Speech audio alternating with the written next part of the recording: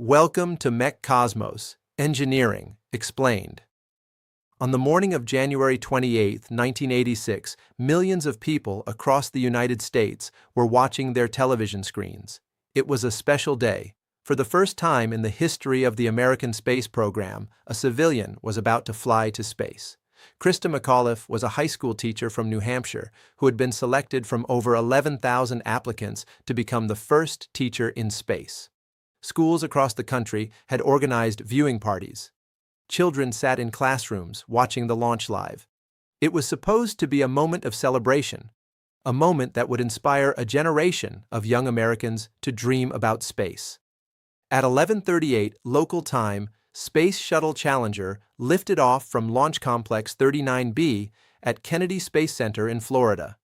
The crowd cheered. The shuttle climbed into the clear blue sky. Everything looked perfect. 73 seconds later, Challenger was gone. The shuttle broke apart at an altitude of 46,000 feet, traveling at nearly 2,000 kilometers per hour. The 7 crew members, Francis Scobie, Michael Smith, Ronald McNair, Ellison Onizuka, Judith Resnick, Gregory Jarvis, and Krista McAuliffe, all died. The children watching in classrooms across America saw it happen live on television. It was one of the most shocking and traumatic moments in American public life in the 20th century.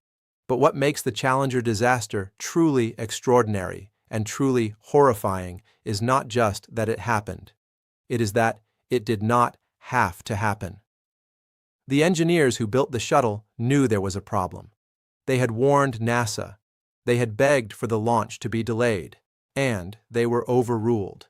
7 people died not because of an unknown technical failure, but because of a decision made the night before the launch by managers who chose to ignore the warnings of their own engineers. This is the complete engineering and human factors explanation of the Space Shuttle Challenger disaster. We are Mech Cosmos, Engineering Explained. Let us begin. To understand what happened to Challenger, you first need to understand the space shuttle and how it worked. The Space Shuttle was the most complex flying machine ever built at the time of its first flight in 1981. It consisted of 3 main elements that flew together as a single system. The orbiter was the spacecraft itself, the winged vehicle that carried the crew and cargo. It looked like an aircraft, but it was designed to operate in the vacuum of space and to re-enter the atmosphere at hypersonic speeds. The orbiter was powered by 3 main engines. The Space Shuttle main engines, that burned liquid hydrogen and liquid oxygen stored in the large external tank. The external tank was the large orange structure attached to the belly of the orbiter. It was the largest component of the shuttle stack, and the only part that was not reused. It contained approximately 73,000 liters of liquid hydrogen and liquid oxygen. The external tank fed propellant to the 3 main engines throughout the ascent, and was jettisoned just before the shuttle reached orbit, where it disintegrated on re-entry. The solid rocket boosters were 2 large white cylinders attached to the sides of the external tank. Each booster was approximately 45 meters tall and nearly 4 meters in diameter. They burned a solid propellant, a mixture of aluminum powder as fuel and ammonium perchlorate as oxidizer, mixed into a rubber-like compound. Unlike liquid propellant engines, a solid rocket booster cannot be throttled or shut down once ignited. It burns until all the propellant is consumed.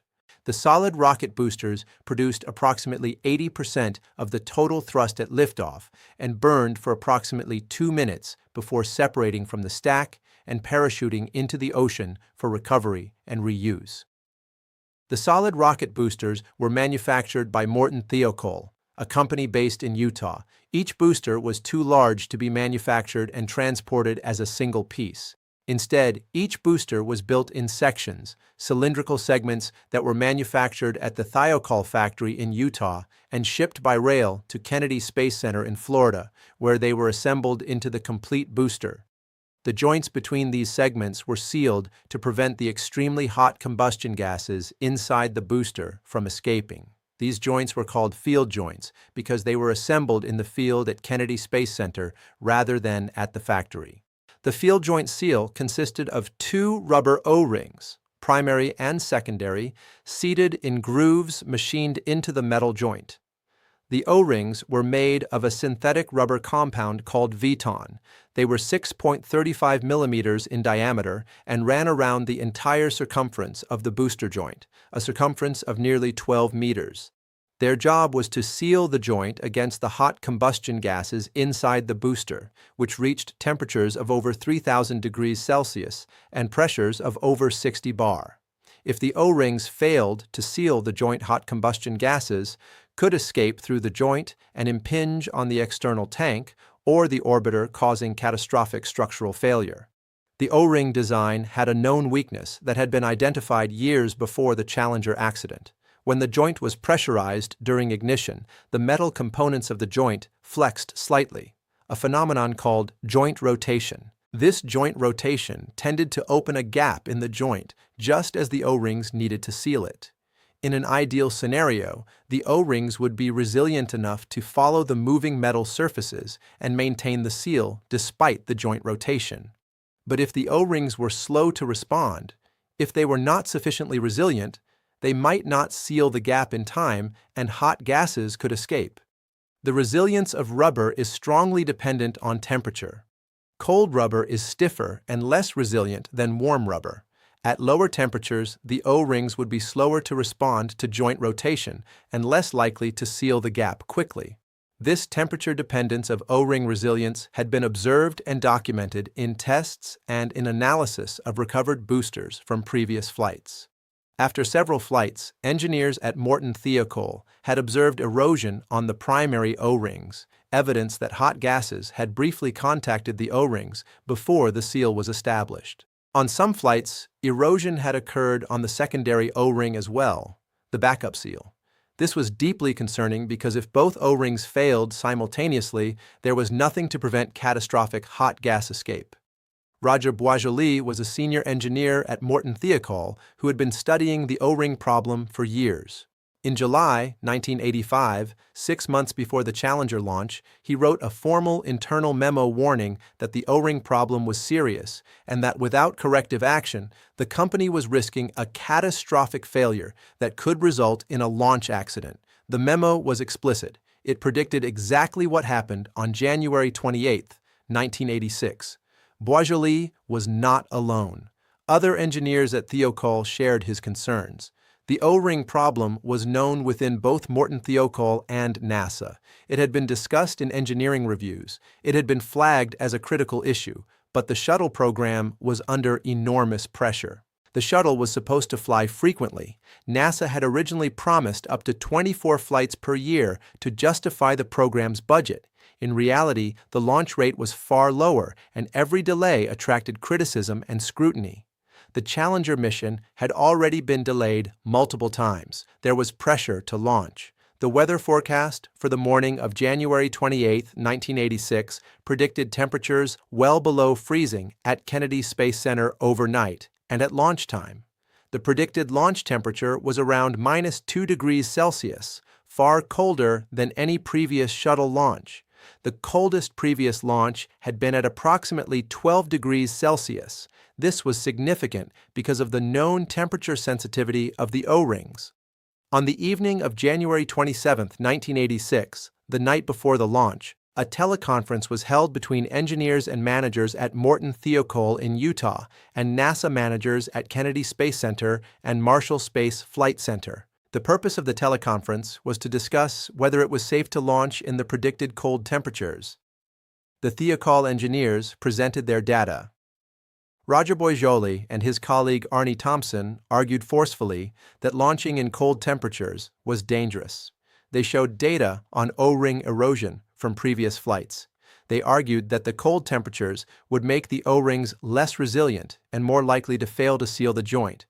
They recommended that NASA should not launch until the temperature was at least 12 degrees Celsius, the warmest temperature at which O-ring problems had been observed on previous flights. The NASA managers pushed back. They challenged the engineers' data. They argued that the correlation between temperature and O-ring problems was not clearly established by the data presented. One NASA manager, Lawrence Malloy, famously said that Thiokol was trying to establish a launch commit criteria and that the data did not support it. He asked Thiokol to prove that it was not safe to fly rather than to prove that it was safe, reversing the normal burden of proof for flight safety decisions. The Thiokol managers asked for a 5-minute recess to discuss the situation privately among themselves. During that recess, the senior Thiokol manager, Gerald Mason, told his engineering colleague, Robert Lund, to take off his engineering hat and put on his management hat. This single sentence captures the essential human failure of the Challenger disaster. The managers were being asked to set aside their engineering judgment and make a business decision. Under pressure from NASA and facing the prospect of recommending against a high-profile launch that had already been delayed multiple times, the Thiokol managers voted to recommend launching. The 4 Thiokol managers voted to approve the launch. The engineers, including Boisjoli and Thompson, were excluded from the final decision. The teleconference resumed, and Thiokol informed NASA that they had no objection to launching. NASA accepted this recommendation. The launch was approved. Roger Boisjoli returned to his desk after the teleconference. He was convinced that the decision was wrong. He believed that Challenger would be lost. He wrote in his journal that night that he hoped he was wrong, but that he feared he was not. The temperature at Kennedy Space Center on the morning of January 28, 1986, was approximately -7 degrees Celsius at its lowest point overnight, even colder than the forecast. Ice had formed on the launch structure. An ice inspection team inspected the pad in the early morning hours and found significant ice accumulation. The launch was delayed slightly to allow the ice to melt, but it proceeded. At 11:38 local time, Challenger lifted off.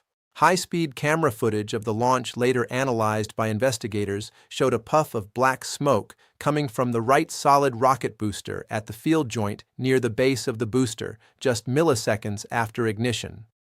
This was the first sign that the O-ring seal had failed. The cold temperatures had made the O-ring so stiff that they failed to seal the joint during the critical ignition transient. Hot combustion gases burned through the primary O-ring. Under normal circumstances, the secondary O-ring might have provided a backup seal, but the joint rotation caused by the pressurization of the booster opened the gap before the secondary O-ring could seat. Both O-rings failed to seal the joint. For approximately the first 37 seconds of flight, the breach in the joint was sealed by the aluminum oxide residue from the solid propellant combustion. Essentially, the hot exhaust was depositing a layer of material that temporarily plugged the gap. The shuttle appeared to be flying normally.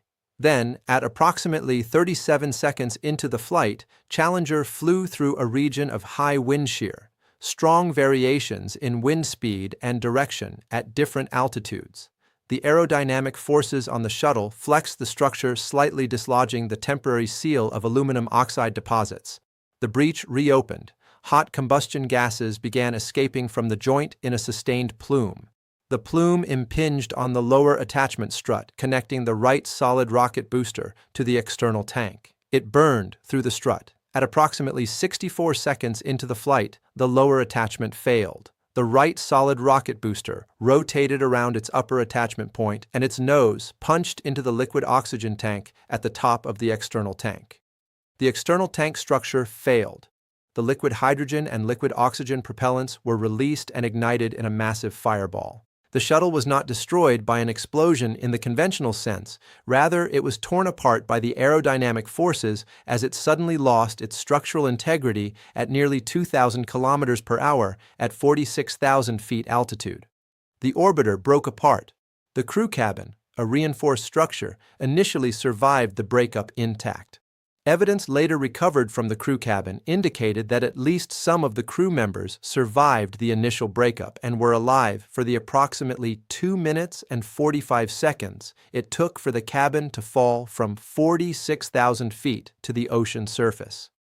The cause of death for the crew members was the impact with the ocean surface rather than the initial breakup of the shuttle. This finding was deeply disturbing. The crew had time to be aware of what was happening. The wreckage of Challenger fell into the Atlantic Ocean approximately 28 kilometers from Kennedy Space Center. Recovery operations retrieved approximately 47% of the shuttle, including portions of the crew cabin and the remains of all 7 crew members.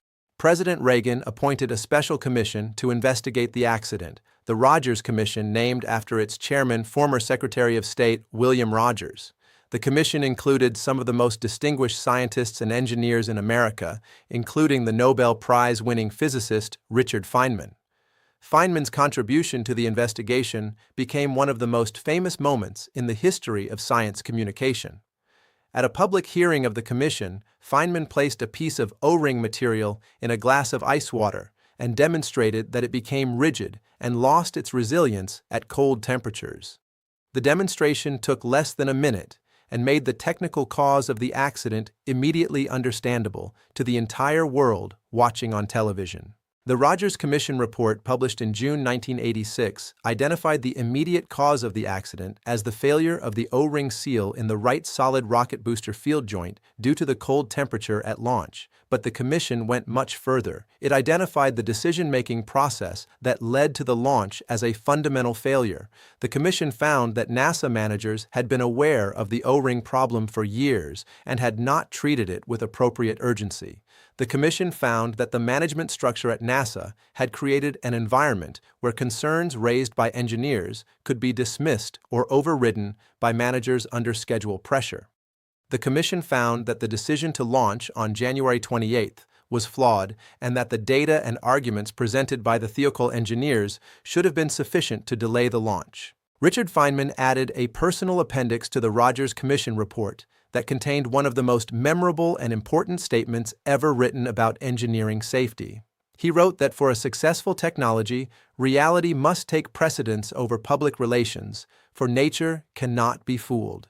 The consequences of the Challenger disaster were enormous and far-reaching. The shuttle program was grounded for nearly 3 years, while NASA redesigned the solid rocket booster joints and completely reformed its safety management processes. The redesigned joint used a third O-ring and a metal capture feature that prevented joint rotation. Heaters were added to ensure the O-rings remained warm enough to function properly in cold conditions. NASA fundamentally reformed its safety culture. New independent safety oversight structures were created with the authority to halt launches. Engineers were given more formal channels to raise safety concerns that could not be dismissed by managers. The concept of the normalization of deviance, the gradual acceptance of known risks as normal because nothing bad had happened yet, was identified as a root cause and addressed in training and procedures throughout the organization. Roger Boisjoli left Morton Thiokol after the accident.